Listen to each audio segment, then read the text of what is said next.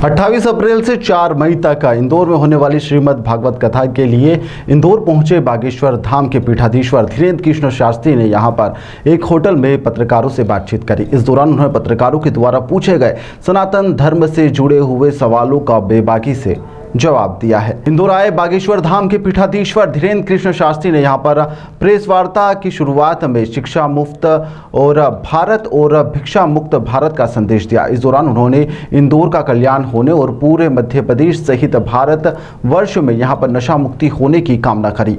बीते कुछ समय में सनातन धर्म खतरे में है और यह साल शनि का साल है। न्याय के देवता शनि इस साल तीव्र दृष्टि रख रहे हैं। अरविंद केजरीवाल सलाखों के पीछे हैं। तमाम तरह के सवालों के पंडित धीरेन्द्र कृष्ण शास्त्री ने कहा है कि हम सब बेहद ही अहिंसावादी लोग हैं और सोए हुए रहते हैं। उन्होंने कहा कि वर्तमान में हिंदू जाग उठा है और लोगों ने देखा है कि ग्रामीण अंचलों में भोले भोले लोगों को भी धर्म परिवर्तन करवाया जा रहा है। रामचरितमानस को जलाया जा रहा है। सनातन धर्म खतरे में है। उन्होंने कहा कि वर्तमान में युवा खतरे से बाहर निकल रहा है और धर्म विरोधी लोग भारत छोड़कर जा रहा है। राजनीति पर बोलने से उन्होंने इनकार करते हुए कहा कि मैं कम शब्दों में केवल इतना कहना चाहता हूं कि सत्य की जीत हो और अन्याय करने वाले जेल में हो। इसी के साथ हिंदू राष्ट्र को लेकर पंडित धीरेन्द्र कृष्ण शास्त्री ने कहा कि सनातन को लेकर युवाओं में जागृति आई है। उन्होंने कहा है कि माता सीता, माँ गंगा, राम जी और गौ माता पर टिप्पणी करने वाले लोगों के खिलाफ जिस दिन कठोर कानून बन जाएगा उस दिन भारत हिंदू राष्ट्र का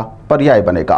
वहीं पर विश्व में बढ़ रही युद्ध जैसे हालात पर भी उन्होंने कहा कि विश्व में तनाव है और विश्व में वर्चस्व की लड़ाई चल रही है। उन्होंने कहा कि तमाम देशों को समझना होगा कि युद्ध किसी भी देश की महानता का उपाय नहीं है। से हो आप लोग आज लो सब लोग चाय भाई, तो हम एक दिन फिर से महाकाल भगवान के दर्शन करने आएंगे। साधु जी, हम भगवान श्री सीताराम जी की मंगलमयी कृपा, महाकाल भगवान की कृपा से राजनीति पे हम कभी कोई जवाब देते नहीं है। हमारी दिव्य दृष्टि क्या कहेगी? राजनीति पे दिव्य दृष्टि हम चलाते ही नहीं। राजनीति पे हम कुछ ज्यादा प्रत्युत्तर ना देकर यही कहेंगे, सत्य की जीत हो, सत्य के साथ न्याय हो, अधर्म की हानि हो, अन्याय करने वाले जेल में हो, यही कह सकते। बहुत युवाओं में जागृति आई, युवा में ट्रेंड आया। सोशल मीडिया के आधार पर ही अगर आप उसका उदाहरण निकाल करके देखें तो हर दूसरी तीसरी रील या पोस्ट सनातन से संबंधित होती, स्पिरिचुअलिटी से संबंधित होती। राम मंदिर का बनना यह तय है कि हिंदू राष्ट्र की यात्रा की ओर अग्रसर है। कृष्ण जन्मभूमि होने ही वाली है, ये हिंदू राष्ट्र का ही पर्याय है। बस इस देश में एक कठोर कानून जिस दिन निर्णय हो जाएगा, राम पर कमेंट्स करने वाले, गीता अथवा माता सीता, गायत्री अथवा गंगा, गाय, इन पर कमेंट्स करने वाले, इनकी अवहेलना करने वाले लोगों को जिस दिन फांसी दंड या कठोर कारावास की पद्धति प्रारंभ होगी, उसी दिन हिंदू राष्ट्र का पर्याय का विकल्प पूर्ण हो जाएगा। सोशल मीडिया ने हर चीज को आगे बढ़ाया। सोशल मीडिया जितनी अच्छी है उतनी ही बुरी अपनी अपनी उपयोगिता पर। हम लोग सनातन से जुड़े हैं तो हम लोग सनातन की पोस्टें देखते हैं, कुछ लोग गंदी देखते हैं, अपने अपने ऊपर है। पर सनातन का प्रचार और बागेश्वर धाम और सत्य की प्रचार की, जहां तक हम अपने जीवन की बात कहें तो जितना साथ सोशल मीडिया का उसे भुलाया नहीं जा सकता। और वर्तमान में सनातन को ट्रेंड में लाने का काम भी सोशल मीडिया का है। इसलिए सोशल मीडिया और सभी यूट्यूबर्स, पत्रकार, ब्लॉगर्स ये धन्यवाद के पात्र हैं जो सनातन के हित के लिए दिन रात लगे हुए हैं। तो कहेंगे इनके लिए संरक्षण के, सुरक्षा के लिए भी सरकार को कोई ना कोई कदम उठाना चाहिए। हिंदू राष्ट्र ही था और हमको कागज पर सरकार के द्वारा घोषणा नहीं चाहिए, हमको तो भारत के रहने वाले लोगों के दिलों में घोषणा चाहिए। हमारा उद्देश्य अलग, और हिंदू राष्ट्र या सनातन राष्ट्र का उद्देश्य ये नहीं है कि दूसरे मजहब को नीचा दिखाना या भगाना। हम उस भारत से हैं, उस सनातन धर्म से हैं जो असहिष्णुता का पाठ पढ़ाता है, अहिंसा का पाठ पढ़ाता है, जो सबको अपने में समावेश करता है। हमने रहीम, रसखान, मीरा, रैदास, सूरदास, वाल्मीकि, तुलसी, इन सबको एक पंक्ति में बैठा करके अमृतस्य पुत्रा मान करके इनकी वंदना की है। इससे ये तय होता है कि हम ना मुसलमानों के विरोधी हैं, ना ईसाइयों के विरोधी हैं, हम सनातन के कट्टर पक्षधर हैं। कोई आता है तो स्वागत करना हमारा धर्म है। राम जी ने रावण के भाई विभीषण को स्वागत किया, तो हम इन लोगों का स्वागत कर सकते हैं अगर ये आते हैं। पहला विषय तो ये, सनातन धर्म वर्तमान में हम सब लोग बहुत ही अहिंसावादी लोग, बहुत सोए हुए थे। वर्तमान का हिंदू जागा हुआ है, सनातनी जागा हुआ है। तो जब उसने गांव अंचल में देखा, कथावाचकों ने गांव अंचल में देखा कि बल्क में बड़ी बड़ी मात्रा में लगातार भोले भाले हिंदुओं का धर्मांतरण करवाया जा रहा, जब चौराहों पर रामचरितमानस को जलाया जा रहा, जब नवदुर्गा की पूजा को बंद करवाया जा रहा और जब राम को काल्पनिक बताया जा रहा, तब ये लगा कि सनातन धर्म खतरे में है। तो निश्चित रूप से ये सभी जो प्रकल्प दिखाई पड़े, इससे ये तय होता है, चाहे वो पालघर में हो रही संतों की हत्या हो, अथवा फिर रामचरितमानस को जलाया हो, या रामचरितमानस पर उंगली उठाई गई हो, अथवा राम को राम सेतु को काल्पनिक बताया गया हो, इन सभी विषयों को जोड़ करके बुद्धिमान लोगों ने यह तय कर लिया कि सत्य है, सनातन धर्म खतरे में। लेकिन वर्तमान का युवा, वर्तमान का हिंदू जागा हुआ है, खतरे से बाहर निकल रहा है, धर्म विरोधी भी भारत छोड़कर जा रहा है। सुंदर प्रश्न, आपका बहुत सुंदर प्रश्न, तार्किक प्रश्न। वैसे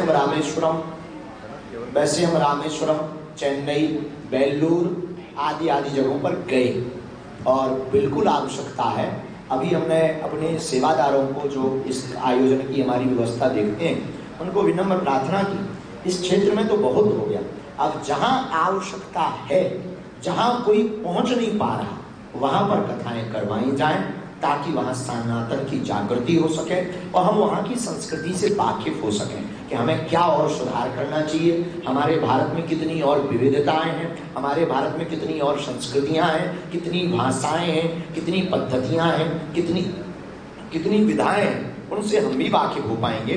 और जो हम पद्धति लेकर चले, जो संकल्प लेकर के चले, वो भारत के हर कोने तक पहुंच जाए। जैसे रामचरितमानस मॉरिशस तक पहुंच गई, वैसे ही भारत की सनातन की पवित्रता को भारत के लोगों के दिलों तक पहुंचाना चाहिए। तो भारत में इतना स्वीकार नहीं करना चाहिए जितना इंदौर ने करने का ये दुस्साहस किया है।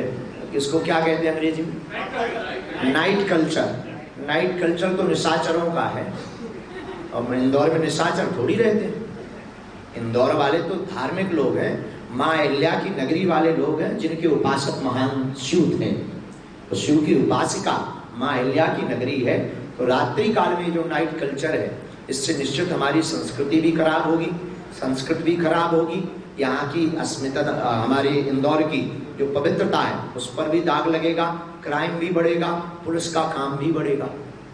पुलिस का काम बढ़ेगा तो सरकार पे उंगली भी उठेगी। इसलिए सरकार को तुरंत बिना सोचे समझे इसको बंद कर देना चाहिए।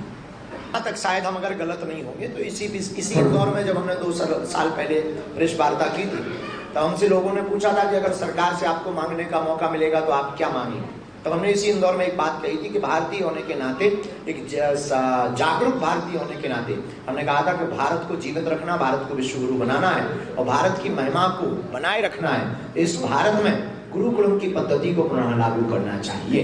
तो अगर केजी से लेकर 5वीं तक संस्कार और संस्कृति और संस्कृत की संरक्षण के लिए अगर भारत सरकार गुरुकुलम पद्धति को प्रारंभ करती है और सरकारी मास्टरों, सरकारी टीचर अथवा अध्यापक या अध्यापकाओं के बच्चों को अनिवार्य करती है सरकारी स्कूलों में पढ़ाना, तो भारत की शिक्षा व्यवस्था सुधर जाए। राजस्थान ऐसी बड़ी प्रसिद्ध भूमि में, मालवा अंचल के इंदौर शहर में दूसरी बार हमको आने का परम सौभाग्य मिला है।